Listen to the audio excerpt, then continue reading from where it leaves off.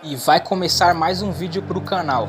Deixe seu like e se inscreva no canal para dar uma força pro canal crescer. E segue a nossa saga por catar temas. O de hoje é culpa de vocês.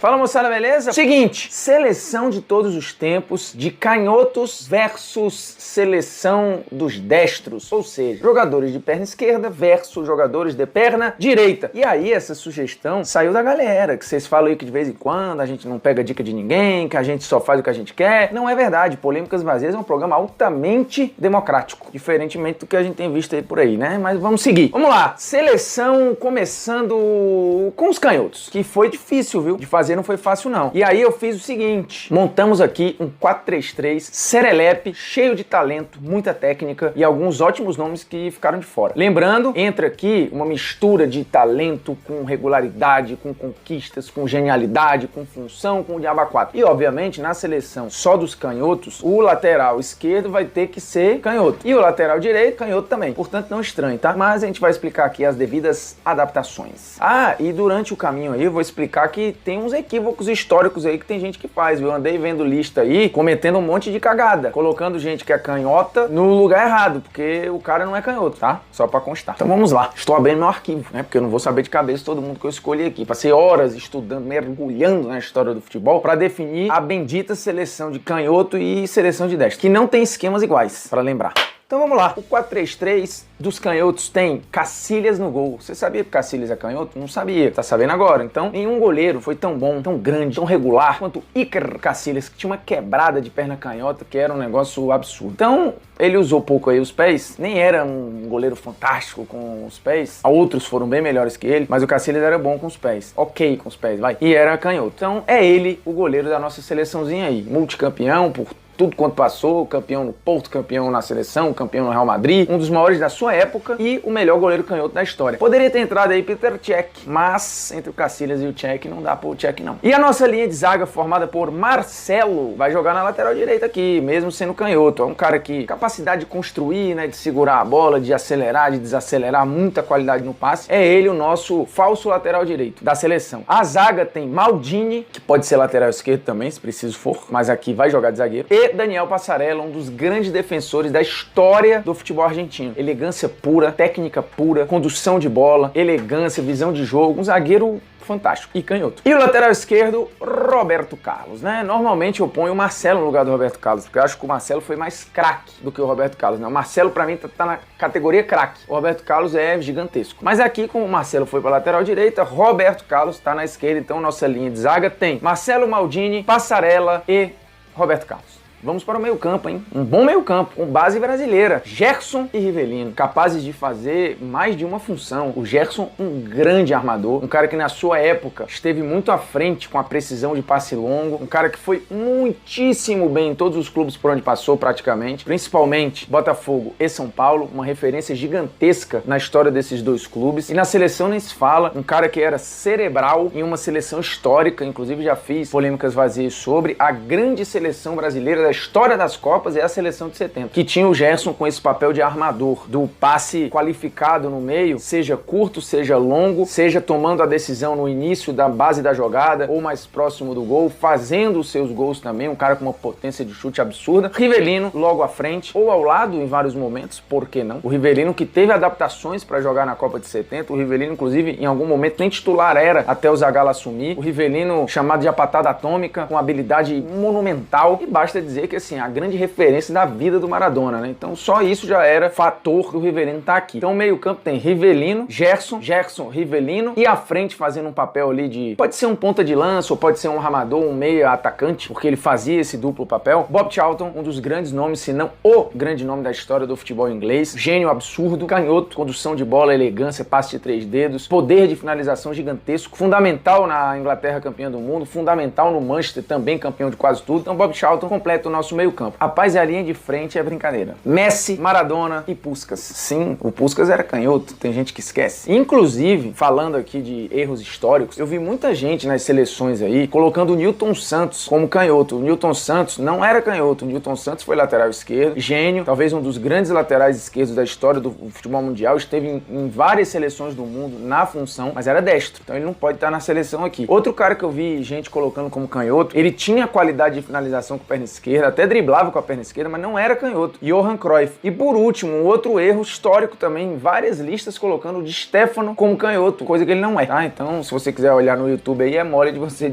bota lá Cruyff Skills ou Di Stéfano Skills, que é, né, habilidades em inglês, você vai ver que esses caras não eram canhotos, tá? Como o Nilton Santos também não era, então por isso que eles não estão aqui, tá? Que linha de frente, e que não precisa de muita explicação, né? Messi e Maradona, as duas pernas canhotas mais geniais da história do futebol, e o Puskás, uma das mais mortais, com uma média de gols gigantesca, assim. O Puskás é papo de 704 jogos oficiais, 760 gols. É um negócio assustador. Um dos grandes artilheiros da história do mundo e um cara que levou a Hungria a um patamar de primeira seleção do planeta em determinado momento, mesmo sem ser campeão do mundo. E depois ganhou tudo e mais um pouco no Real Madrid. Portanto, nossa linha de frente, Messi, Maradona e Puskás. Recapitulando a seleção dos canhotos. Você pode nos comentários concordar ou discordar e incluir gente aí. Por exemplo, o Ryan Giggs quase entrou aqui, mas não deu, acabou ficando de fora. Edgar Davids, eu pensei, porra, o primeiro homem ali, eu vou precisar de um cara, né, porradeiro. Mas aí eu falei, não, vamos manter a elegância, e o meio campo ficou o que eu falei aqui. Recapitulando, Cacilhas, Marcelo Maldini, Passarelli, Roberto Carlos, Gerson Rivellino, Bob Charlton, Messi, Maradona e Puskás. E ataque, meus amigos. E vamos para a seleção dos destros. E aí o seguinte, cara, é tanta gente qualificada do meio pra frente que eu fiz adaptações. E aí precisei fazer o quê? Um 3-4-3 aqui, que pode mudar em algum momento, dependendo com ou sem bola. Entregar esse time na mão do Guardiola aí, na mão de um Jürgen Klopp, ele vai inventar algum negócio, né? Na mão de um Sampaoli, enfim, de repente dá o time até na mão do Jorge Jesus aí, ele vai fazer um bonito. Mas vamos lá, 3-4-3 começa com um Buffon, pra mim o melhor da história, de todos. Regular, absurdo e destro. Então, Buffon é o meu goleiro da minha seleçãozinha aqui. Minha trinca de zagueiros, que aí aqui, cara, tem gente, zagueiro aqui que pode fazer volância, que pode fazer meio campo, lateral, de aba 4, pra você ver como os caras são bons. Olha a minha linha de zaga. Sérgio Ramos, Baresi e Beckenbauer. Pode ser, inclusive, Sérgio Ramos, Beckenbauer e Baresi. Aí, dependendo do treinador, vai decidir. Porque aí o Baresi pode ser aberto um pouquinho mais pelo lado esquerdo, apesar de destro, e um cara monumental. No meio vai ficar o Beckenbauer, porque ele pode fazer o papel de líbero, né? De sobra e sair pro jogo, porque este é o papel do líbero, tá? O nome já fala, líbero, livre para defender, mas para sair, para ajudar a construir, tá? E muita gente confunde. E fala, o goleiro fez papel de líbero. Nunca fale essa idiotice. Meio campo. Que meio campo, viu? Xavi, Zidane, Cruyff e na ponta de lança, Pelé. Sim, o Pelé vai ter toda a liberdade de compor o meio, mas chegar na frente pra decidir. E aí vai ter uma trinca lá de atacantes pro rei ajudar. Mas ó, Xavi, símbolo do futebol do século XXI, do toque curto, o cara que reinventou até fisicamente o meio-campo padrão de qualidade do futebol mundial. Zidane, outra pura elegância, tomada de decisão, gols decisivos, apesar de não ser um goleador absurdo, jogada individual, genialidade, enfim, jogador de quase erro zero. Cruyff, cara multifacetado, né? Pode ser meia, pode cair do lado, pode ser segundo atacante, um líder nato, um cara de condução de bola de 1 contra 1, de velocidade, já na sua época à frente do seu tempo. E o Pelé dispensa características, né? Um jogador completo, uma máquina de fazer gols, fisicamente muito à frente de todo mundo, um cara que jogaria praticamente em qualquer época, talvez não fazendo a mesma quantidade de números estatísticos, mas provavelmente sendo decisivo e sendo o melhor ou um dos melhores do seu tempo, porque a gente tá falando de um cara atleticamente muito diferente, um divisor de águas entre o futebol que se brincava e o futebol de fato em altíssimo nível físico, técnico, tático, tudo. O Pelé existe um antes e um depois, já falei disso 500 vezes. Portanto, o meio-campo aqui formado por Xavi, Zidane, Cruyff e Pelé. Que meio-campo, viu? Meu Deus do céu. E a linha de frente, hein? Olha essa linha de frente. Ronaldo Fenômeno, Cristiano Ronaldo e Di Stéfano. Meu Deus. Pode ser Di Stéfano, Cristiano Ronaldo e Ronaldo Fenômeno. O fato é que vai ser gol vindo de todos os lados. Fora a velocidade, né? Porque você ter um time, o Ronaldo no auge, o Pelé no auge, você imagina. É imparável fisicamente aqui, né? Fisicamente, acho que não há comparação. No final das contas, apesar de eu achar minha linha canhota ali fantástica, Messi, Maradona e Puskás, eu acho que neste confronto levaria a seleção dos destros. Os canhotos ali são geniais, mas a seleção dos destros aqui ficou muito equilibrada, viu? Eu me orgulhei muito desse time que eu montei aqui, que eu vou recapitular agora. Buffon, Sérgio Ramos, Baresi e Beckenbauer. Xavi, Zidane, Cruyff, Pelé, Ronaldo, Di Stéfano e Cristiano Ronaldo.